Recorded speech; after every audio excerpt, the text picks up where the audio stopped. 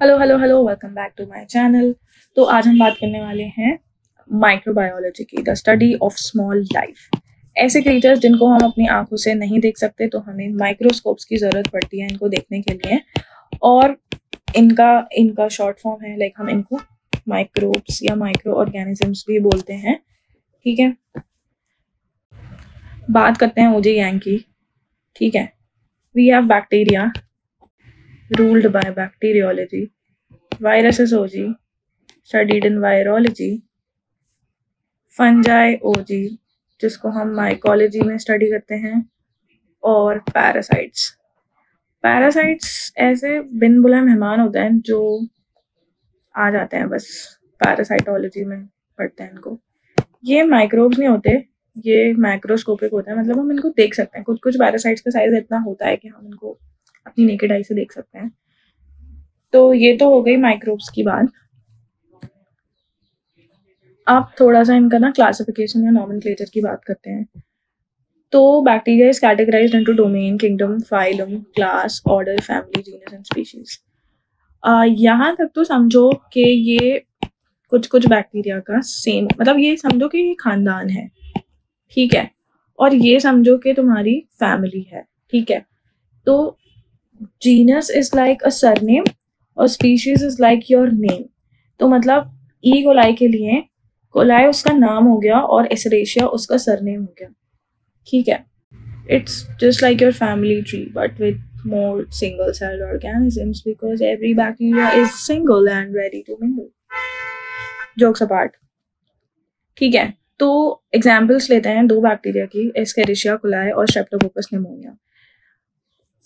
देखो यहाँ पर डोमेन तो सेम ही है, बैक्टीरिया दोनों का। जैसे ये तो हो गया खानदान, ये समझ लो दो एग्जाम्पल्स हैं, ये अलग अलग खानदान के लोग हैं। ठीक है, यहाँ समझ लो अंबानी खानदान और ये हो गया तुम्हारा खानदान। हो तो तुम लोग होमोसेपियंस, लेकिन कुछ सिमिलैरिटी नहीं है भाई, कुछ भी सेम नहीं है। तो डोमेन को पहले हम किंगडम बोलते थे, बट अब वो सेम ही है, डोमेन या किंगडम एक ही बात है। ठीक है, तो ये तो हो गया नॉमेनक्लेचर की बात। तो स्पीशीज में देखो स्ट्रेप्टोकोकस, अब एस्केरिशिया कोलाई का तो मुझे एग्जांपल याद नहीं आ रहा, लेकिन अगर हम बैसिलस की बात करें तो बैसिलस की मान लो फैमिली है बैसिलस और उसके सिबलिंग्स हैं बैसिलस सबटिलिस और बैसिलस एंथ्रैक्स। तो ये हो गए स्पीशीज अलग अलग, मतलब सिबलिंग्स। अनंत अंबानी या आकाश अंबानी, राइट। और same goes with Streptococcus pneumonia. Like Streptococcus pneumonia is one and Streptococcus pyogenes is other ones. So that's a sibling, that's species, that's a different species. They have same family but different species. Now let's talk about major discoveries in the field of microbiology. तो सबसे पहले है ज़ेकेरियस Jensen. तो इन्होंने पहला compound microscope invent किया जो कि 9x मैग्निफिकेशन का था, मतलब ये 9x ही जूम कर सकता था चीज़ों को। फिर उनके बाद आए रॉबर्ट हुक, जिन्होंने ना सेल्स को डिस्कवर किया। इन्होंने देखा कि कॉर्क के स्लाइस में इनको कुछ ऐसे कंपार्टमेंट से दिख रहे हैं हनीकॉम जैसे, तो इन्होंने उसका नाम ना बॉक्सेस रख दिया।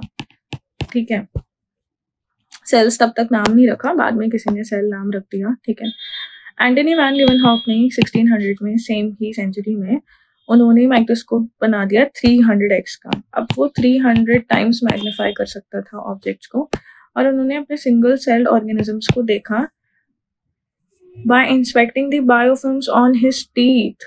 अपनी ही कैविटी में उन्होंने ये देखा और उनका नाम रख दिया एनिमलक्यूल्स। ठीक है, फिर आई ल्यूई पास्चर। भाई ये तो जो साइंटिस्ट थे ना, इनसे महान कोई था ही नहीं। ये थे फादर ऑफ माइक्रोबायोलॉजी, मतलब हैं ओल्ड माइक्रोबायोलॉजी के फादर हैं। इन्होंने थ्योरी ऑफ बायोजेनेसिस दी। इन्होंने बताया कि भाई जो लाइफ है ना, वो लाइफ से ही आई है, तुम आसमान से नहीं टपके हो, जिंदगी से ही आई है। वाह वाह। ठीक है, इन्होंने ही फर्मेंटेशन का पूरा प्रोसेस समझाया। पास्चराइजेशन का भी इन्होंने ही समझाया कि भाई जर्म्स को हम किल कैसे कर सकते हैं, हीट से हम जर्म्स को किल कर सकते हैं by a method called pasteurisation. ठीक है, इन्होंने जर्म थ्योरी दी, कभी और पढ़ेंगे उस जर्म थ्योरी को अलग वीडियो में। इन्होंने डिफरेंस बताया एरोबिक और एनारोबिक बैक्टीरिया का। एरोबिक बैक्टीरिया जिनको ऑक्सीजन पसंद है, जो ऑक्सीजन के बिना ग्रो कर ही नहीं सकते। एनारोबिक बैक्टीरिया भाई ये बोलता है इनको ये सारी मोह माया चाहिए ही नहीं, इनको ऑक्सीजन चाहिए ही नहीं। ये बोलते हैं हम बहुत सिंपल हैं, हमें ये दुनिया की मोह माया से बहुत दूर अपनी जिंदगी गुजारने दो बिना ऑक्सीजन के। और एनारोब्स का नाम भी इन्होंने ही रखा, ठीक है। फिर इन्होंने बताया कि importance of sterilisation, sterilisation important है क्यों, मतलब हम अलग अलग टाइप की sterilisation, heat, dry heat sterilisation, wet heat sterilisation, but या स्टरलाइजेशन की इम्पोर्टेंट उन्होंने बताई। फिर उन्होंने बताया एटेनुएशन का प्रोसेस जो हम वैक्सीनेशन में करते हैं, वैक्सीनेशन में सुना है हमने। और फिर उन्होंने वैक्सीन टर्म दे दिया और एंथ्रेक्स वैक्सीन भी बना दी, ठीक है। Okay, so coming to Robert Koch, ये थे फादर ऑफ प्रैक्टिकल बैक्टीरियोलॉजी और इन्होंने डिस्कवर करे रॉड शेप के बैक्टीरिया जिनको हम बोलते हैं बैसिलाई। इन्होंने स्टेनिंग टेक्निक्स को इंट्रोड्यूस किया, मतलब ग्राम स्टेनिंग टेक्निक जो हम करते हैं। फिर इन्होंने ट्यूबरकल बैसिलस बताया कि डिस्कवर किया कि जो ट्यूबरकुलोसिस कॉज करता है माइकोबैक्टीरियम, उसको डिस्कवर किया। कॉश पोस्टुलेट्स दिए, विब्रियो कॉलेरा को डिस्कवर किया और सॉलिड कल्चर मीडिया को भी डिस्कवर करा। तो ये तो थे रॉबर्ट कॉश। अब रॉबर्ट ब्राउन, इन्होंने न्यूक्लियस डिस्कवर कर दिया जिससे हम आज के टाइम में प्रोकैरियोटिक और यूकैरियोटिक का मेजर डिफरेंस हम डिफरेंशिएट कर सकते हैं, ठीक है। अब बात आती है एलेक्जेंडर फ्लेमिंग की। भाई ये तो जो साइंटिस्ट थे, इनसे ज़्यादा मैसी कोई साइंटिस्ट ही नहीं था। इन्होंने ये एक दिन अपने लैब में काम कर रहे थे और स्टेफाइलोकोकस पे काम कर रहे थे और ये काम करते करते भी अपनी प्लेट्स छोड़ के ऐसे ही चले गए, मतलब ना इन्होंने विंडोज़ बंद करी, ना कुछ नहीं किया, इतनी लैब को ऐसे ही छोड़ के गए। इन्होंने ज़रा नहीं सोचा कि अगर कोई इनके लैब में आ जाएगा, वो स्टाफ उस इंसान का क्या करेगा, मतलब वो मर जाएगा बेचारा इंसान। लेकिन उनकी किस्मत अच्छी निकली कि वो उनका स्टाफ ही मर गया। विंडो खोल के जो गए थे वहां से आ गया बाहर से फंगस और फंगस ग्रो कर गया इनकी प्लेट पे। जहां जहां भी फंगस ग्रो करा इनका स्टाफ ही उड़ गया।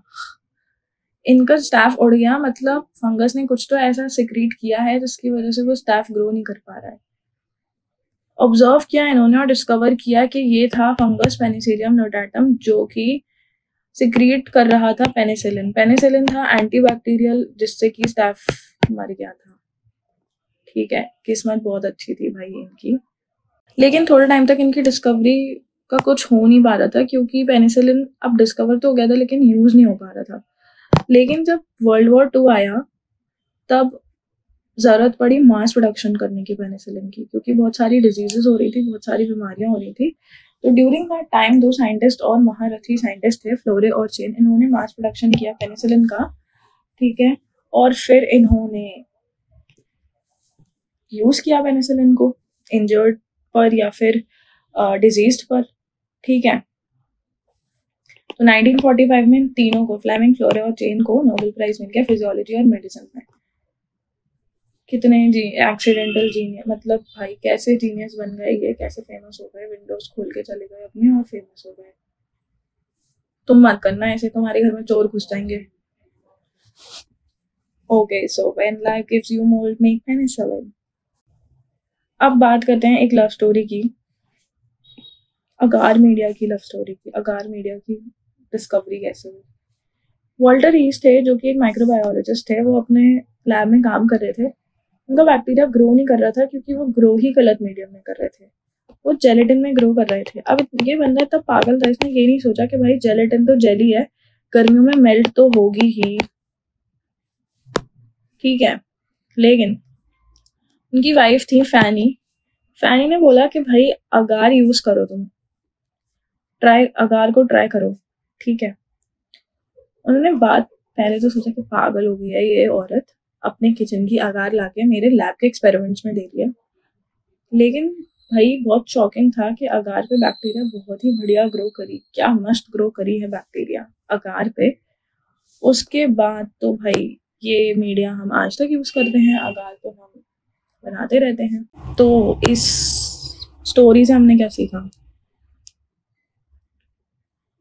हमेशा सुनो अपनी बीवी की बात, चाहे तुम्हारी कितनी भी बड़ी हो औकात। ओके, बात करते हैं अब बैक्टीरियल क्लासिफिकेशन की कि बैक्टीरिया को हमने ग्रुप कैसे किया है। पहला आता है ग्राम स्टेनिंग। तो ग्राम स्टेनिंग करने के बाद हमें 2 टाइप के बैक्टीरिया मिलते हैं, ग्राम पॉजिटिव और gram negative. Gram positive bacteria वो हैं, वो पर्पल हो जाते हैं, मतलब हम पर्पल डाई जब उन पे डालते हैं, जो क्रिस्टल वायलेट हम स्टेन करते हैं वो रिटेन कर लेते हैं और फिर वो पर्पल ही दिखते हैं क्योंकि उनके पास पेप्टिडोग्लाइकन लेयर होती है। ठीक है, एग्जाम्पल है स्ट्रेप्टोकोकस निमोनिया। ग्राम नेगेटिव वो पर्पल डाई रिटेन नहीं करते क्योंकि उनकी आउटर लेयर होती है उनके पास, और आउटर लेयर जब हम डीकलराइजर डालते हैं तो आउटर लेयर हट जाती है, तो वो पर्पल नहीं रहते। अब जब हम काउंटर स्टेन डालते हैं पिंक कलर का जो है सैफ्रनिन, ठीक है, तो वो पिंक स्टेन हो जाते हैं, तो इसीलिए हमें वो पिंक दिखते हैं। एग्जाम्पल है इकोलाई। नेक्स्ट है शेप के अकॉर्डिंग हम इनको डिवाइड करते हैं। सो वी हैव कोकस जो कि राउंड शेप के होते हैं, स्टेफाइलोकोकस ऑरियस, बैसिलस जो कि रॉड शेप के होते हैं, इकोलाई, स्पाइरुला जो कि ऐसे स्पाइरल शेप के होते हैं, हेलिकोबैक्टर पाइलोराई, और विब्रियो जो कि कॉमा शेप के समझ लो, तो विब्रियो कोलेरा एग्जाम्पल है इसका। अब कुछ बैक्टीरिया होते हैं जिनको हम क्लासिफाई करते हैं ऑन द बेसिस ऑफ कि वो उनको ऑक्सीजन चाहिए या नहीं। एरोबिक बैक्टीरिया, एनारोबिक बैक्टीरिया, इसमें भी 2 तरीके के होते हैं, ऑब्लिगेट और फैकल्टेटिव। ऑब्लिगेट एरोब्स वो होते हैं कि भाई इनको तो चाहिए ही चाहिए ऑक्सीजन, ये ऑक्सीजन के बिना ग्रो कर ही नहीं सकते, मर जाएंगे ऑक्सीजन के बिना। एग्जाम्पल है माइकोबैक्टीरियम ट्यूबरकुलोसिस। ऑब्लिगेट एनारोब्स वो होते हैं, they will be like oxygen से इनको एलर्जी है, इनको ऑक्सीजन नहीं चाहिए, अगर इनको ऑक्सीजन दे दी तो ये मर जाएंगे, बिल्कुल उल्टा। क्लॉस्ट्रीडियम एग्जाम्पल है।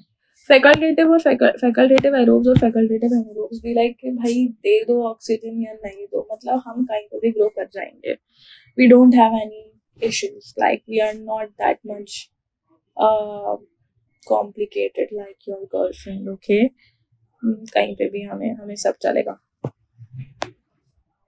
इनका example E coli is the example. Based on the mode of nutrition, we have autotrophic bacteria and heterotrophic. Autotrophic सब कुछ खुद बनाते हैं like plants. Heterotrophic कुछ नहीं बनाते, कुछ काम नहीं करते तुम्हारी तरह। Lactobacillus, E. coli और staph heterotrophic दूसरों पे फीड करते हैं, ठीक है। Based on temperature preference, thermophilic, mesophilic और psychrophilic. Thermophilic बहुत हाई टेम्परेचर पे ग्रो करेंगे, मतलब 55 डिग्री सेल्सियस से ज्यादा के टेम्परेचर पे ग्रो करते हैं। Thermus aquaticus is the example. Mesophilic normal room temperature पे ग्रो कर जाएंगे, तुम्हारी बॉडी टेम्परेचर पे ग्रो कर जाएंगे, E coli is the example. Psychrophilic, इनको चाहिए ठंड, इनको चाहिए temperature 10 degree 4 degree, Pseudomonas is the example. Based on spore formation, we have spore forming bacteria and non-spore forming bacteria. So bacteria form some small structures which are known as spores. Examples, we have Bacillus and Staphylococcus respectively. Based on genetic analysis, okay, so after 16S rRNA sequencing, we got to know that what is the family, what is the genus of the bacterium. So we got to know the exact strain, exact genus and exact species of that bacterium. So this was the bacterial classification. Now what are the similarities and differences between bacterial cells and human cells? So bacterial cell के पास cell wall होती है, हमारे पास नहीं होती cell wall। कभी कभी कुछ नहीं होना भी ठीक होता है। सेल मेम्ब्रेन हमारे पास भी होती है, इनके पास भी होती है। राइबोसोम्स हम दोनों के पास होते हैं। न्यूक्लियस तो नहीं होता है इनके पास, भाई हमारे पास होता है। सेल ऑर्गेनल्स भी नहीं होते इनके पास, हमारे पास होते हैं। फ्लैजिला इनके पास होते हैं, हमारे पास क्या होता है, हमारे 2 पैर, ठीक है। फ्लैजिला मूवमेंट के लिए होता है ना बेसिकली। अब सेल वॉल जरूरी क्यों है, ठीक है। जरूरी नहीं है हर चीज जो तुम्हारे पास हो वो तुम्हारे लिए अच्छी ही हो। Same goes with the cell wall. Cell wall इनकी होती तो जरूर है लेकिन एक एनिमी की तरह भी है। पेनिसिलिन जो है एंटीबायोटिक, वो इनकी सेल वॉल पे ही अटैक करती है, वो इनहिबिट करती है सेल वॉल सिंथेसिस को। तो इसीलिए जहाँ जहाँ भी पेनिसिलिन होती है वो वहाँ सेल वॉल सिंथेसिस नहीं हो पाता और बैक्टीरिया ग्रो नहीं कर पाता। तो इसीलिए बैक्टीरिया ग्रो नहीं कर पाता या फिर बैक्टीरिया डाइज ऑफ। और यहाँ पर हमारे सेल्स पे कुछ फर्क नहीं पड़ता क्योंकि हमारे पास तो सेल वॉल है ही नहीं। तो कभी कभी जो होता है वो दिखता नहीं है और जो दिखता है वो होता नहीं है। मैं कुछ भी बोल रही हूँ गाइस, सॉरी। नेक्स्ट बात करते हैं सिंपल से सेल्स के आर्किटेक्चर की। तो बहुत ही सिंपल है इनके पास। पढ़ लिया हमने कि सेल वॉल होती है जो कि इनकी बहुत बड़ी दुश्मन भी है। प्लाज्मा मेम्ब्रेन हम दोनों के पास होती है। साइटोप्लाज्म सबके पास होता है। पाइलस इनके पास होता है। मेसोसोम इनके पास होता है। इनका डीएनए ना फ्लोट करता रहता है पूरे साइटोप्लाज्म में इधर उधर। हमारा डीएनए न्यूक्लियस में होता है, इनका डीएनए ऐसे खुला खुला होता है। दे हैव वेरी फ्रीडम, जो तुम्हारे पास नहीं है। राइबोसोम्स हम सबके पास होते हैं। इंक्लूजन बॉडीज इनके पास होती हैं। प्लाज्मिड भी इनके पास ही होता है, रेक्टोप्लाज्मिड। फ्लैजेला भी इनके पास होता है, ठीक है। कुछ बैक्टीरिया के पास कैप्सूल होता है जो ये स्ट्रक्चर इनको प्रोटेक्ट करता है। कैसे पढ़ते हैं? इवेजन ऑफ होस्ट डिफेंसेस, मतलब ये हमारे इम्यून सेल्स को पागल कैसे बनाते हैं। पहला, इनकैप्सुलेशन। कुछ बैक्टीरिया कैप्सूल फॉर्म कर लेते हैं अपने अराउंड और हमारे फिर इम्यून सेल्स इन पे अटैक नहीं कर पाते और ये प्रोटेक्टेड रहते हैं हमारी बॉडी में इम्यून सेल से बच के, ठीक। एग्जाम्पल है शिनचान, मतलब चैन कुछ नहीं है, बस शिन है इसमें। तो S for Streptococcus pneumonia, H I for Haemophilus influenza and N for Neisseria meningitis. ये कुछ बैक्टीरिया हैं जो कि अपने अराउंड कैप्सूल फॉर्म कर लेते हैं और ये प्रोटेक्ट करते हैं खुद को इम्यून सेल से। एक्सप्रेशन ऑफ सरफेस प्रोटीन्स, कुछ बैक्टीरिया ऐसे पागल बनाते हैं कि वो हमारे टिश्यूज की तरह एक्ट करते हैं और फिर इम्यून सेल्स पागल बन जाते हैं। बेचारे इम्यून सेल्स हमारे इतने सीधे होते हैं ना कि क्या ही बताएं। फिब्रिनोजन जो हमारे ब्लड में होता है, ये बैक्टीरिया फिब्रिनोजन को कन्वर्ट कर देते हैं फिब्रिन में और वहाँ ही कहीं पे बीच में जाके छुप जाते हैं। फिब्रिन ब्लड क्लॉटिंग के ड्यूरिंग, जब ब्लड क्लॉट हो जाता है हमारा तब फिब्रिन ही बनता है, ठीक है। तो जब हमें चोट लगती है तो फिब्रिन बनता है।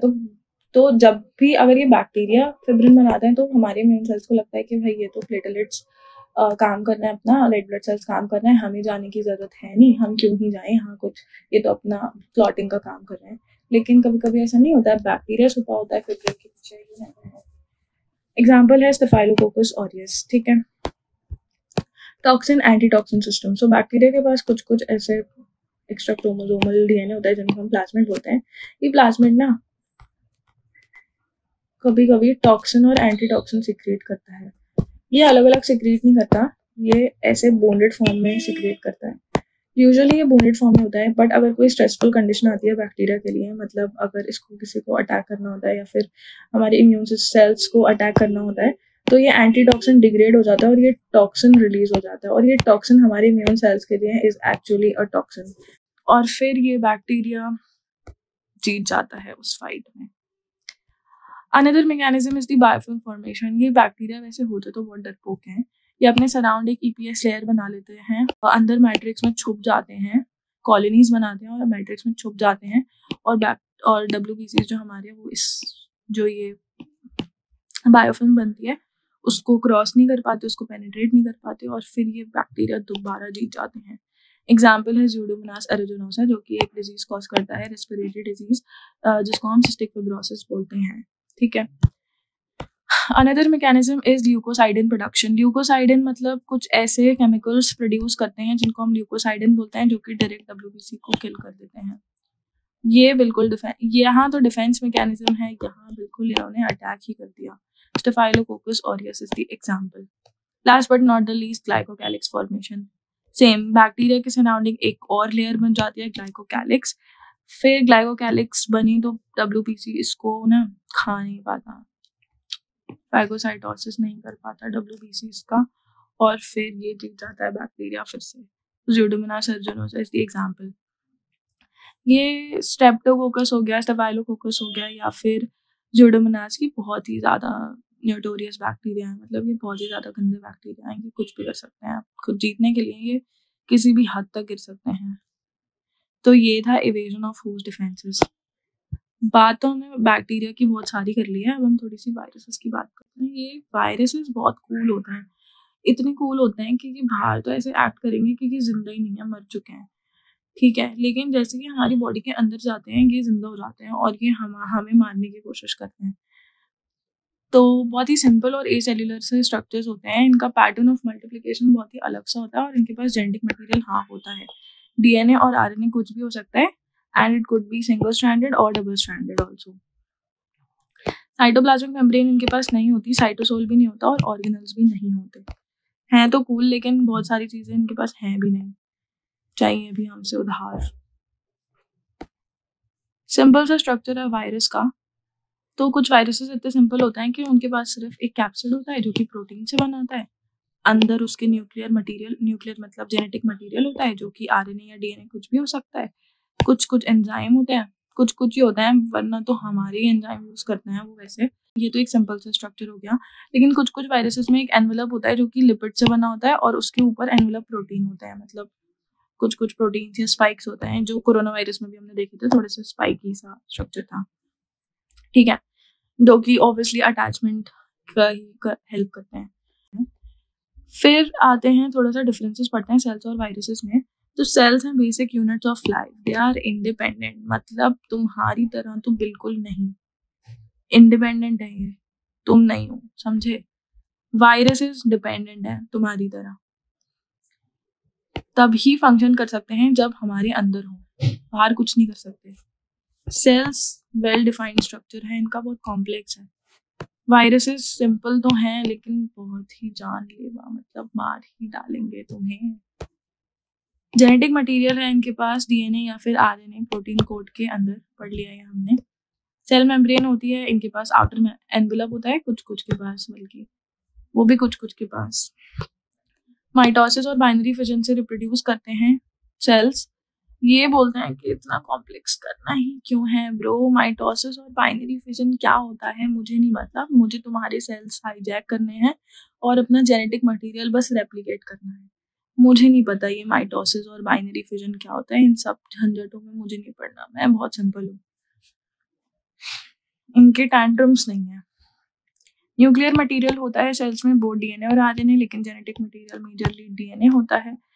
इनमें जेनेटिक मटेरियल होता है या तो डीएनए या आरएनए, दोनों नहीं होते, and it could be single stranded और डबल स्ट्रैंडेड। बहुत सारे प्रोटीन्स होते हैं हमारे पास, इनके पास थोड़े से प्रोटीन्स होते हैं, बाकी हमारे यूज करते रहते हैं। राइबोसोम्स हमारे पास होते हैं, इनके पास कुछ नहीं होता, राइबोसोम्स नहीं होते। एक वायरस के पास होते हैं राइबोसोम्स, लेकिन वो उनका भी कोई फंक्शन है ही नहीं, वेल हैं वो। Eukaryotic cells produce energy because हमारे पास the powerhouse of cell होता है, लेकिन इनके पास नहीं होता वो, तो ये एनर्जी भी अपनी नहीं बना सकते, मतलब इनका है ही, ये कुछ नहीं करना चाहते, ये सिर्फ हमारे सेल्स में घुस के सब हमारा ही यूज करेंगे और अल्टीमेटली हमें जिंदा भी नहीं रहने देंगे, मार देंगे हमें। सेल्स बहुत बड़े होते हैं एज कम्पेयर टू वायरसेस, ताकि वो अंदर इजीली जा पाए। So this was all about some basics of microbiology, where we have studied about bacteria and viruses majorly. In some other video, we will study about fungi and some small protozoans or parasites. Okay, so if you like this video, just please give it a thumbs up, like कर देना, subscribe कर दो यार channel को, मतलब ऐसे करोगे यार तुम लोग, कर दो प्लीज़ कर दो।